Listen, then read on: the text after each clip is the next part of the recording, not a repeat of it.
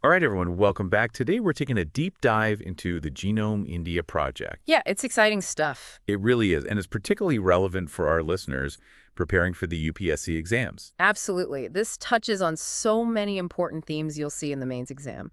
Healthcare, science, and tech, even policy. Exactly, and it showcases India's growing role in cutting-edge research. For sure. Now, before we get into the specifics of the project, let's make sure everyone understands the basics of genome sequencing.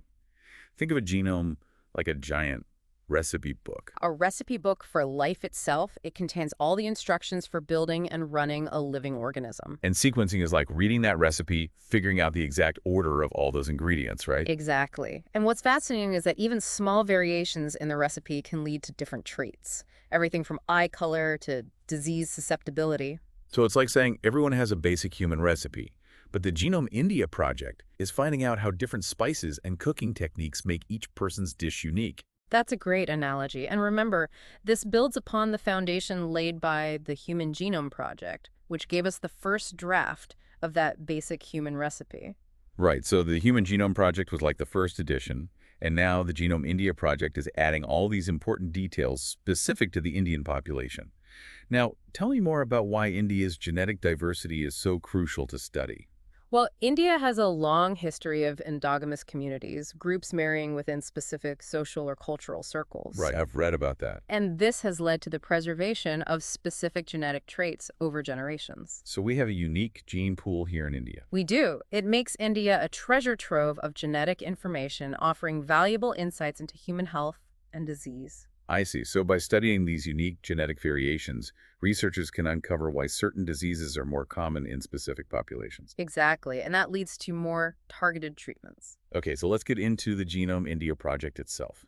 I know it was approved back in 2020 with the goal of sequencing 10,000 Indians from diverse populations. Yeah, and they've already hit a major milestone. Oh, right. They completed the sequencing and the data is now available for research. It is, and that's where things get really interesting. Researchers are already uncovering fascinating things.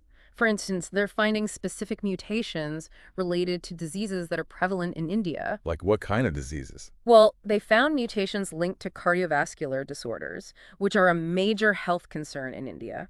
So this data could help develop better treatments. Absolutely. It's also helping us understand how different individuals respond to medications.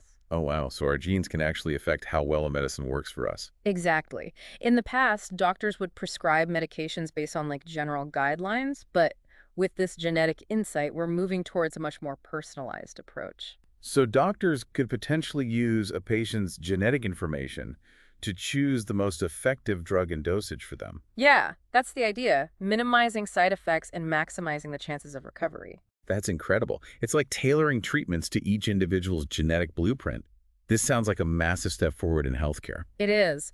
And for those of you preparing for the UPSC, this ties directly into the concept of precision medicine, a hot topic in healthcare policy discussions. So understanding the Genome India project and its implications for personalized medicine is going to be crucial for anyone aiming to shape healthcare policy in India. For sure. And this project has implications beyond just personalized medicine. It also plays a big role in social equity. In what way?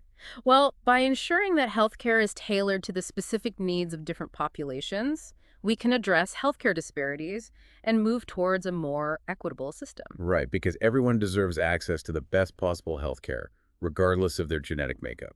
This project has the potential to level the playing field. It does, and it has economic benefits too. Oh, yeah, so. Think about it. A healthier population translates to a more productive workforce and a stronger economy.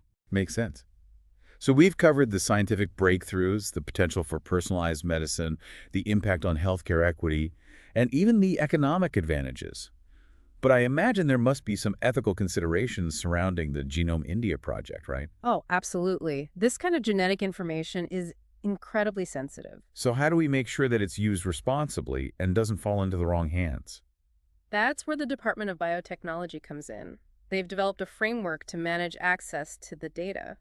So researchers can't just access it freely. No, they need to submit detailed proposals outlining their research objectives and methodologies. And the data itself is anonymized, meaning it's stripped of any identifying information. Okay, so there are safeguards in place. Yeah. But even with all that, it's important to have open discussions about the ethical implications of using this kind of information. Right. We need to be thinking about things like genetic discrimination. Genetic discrimination, what do you mean by that? Well, what happens if, let's say, employers or insurance companies gain access to this data?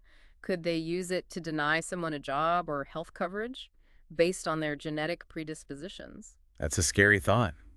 These are serious ethical dilemmas that need to be addressed. Yeah, it's a real balancing act, isn't it? Weighing the potential benefits with the need to protect people and prevent misuse. It seems like the Genome India project goes way beyond just science. Yeah, you're right. It's a social and ethical challenge, too. Raises questions about data privacy, informed consent, and the potential for this information to be used in harmful ways. And that brings us back to our UPSC aspirants. How can they prepare to tackle these complex issues? Well, they really need to dig deep into all aspects of it. The science, the policy side, the ethics, So it's more than just memorizing facts. much more. It's about connecting the dots between all these different aspects of the project. Healthcare, technology, ethics, governance, they're all intertwined. Right, it's all connected. Imagine having to write an essay on this. Exactly. Think about it. A question like, how can India harness the power of genomics to improve healthcare while safeguarding individual rights? Wow, yeah, that would make you think.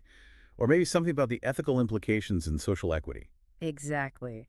These are the kind of thought-provoking questions you might encounter on the mains exam. And don't forget about the prelims. Knowing key details about the project could come in handy there, too. For sure, things like the number of individual sequence, the goals, the institutions involved, those are all important facts to know. So yeah, it's safe to say that the Genome India project is a must-know topic for any serious UPSC aspirant.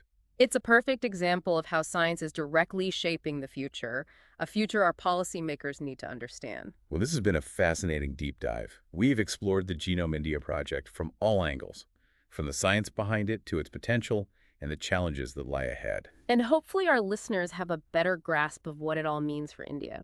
Absolutely.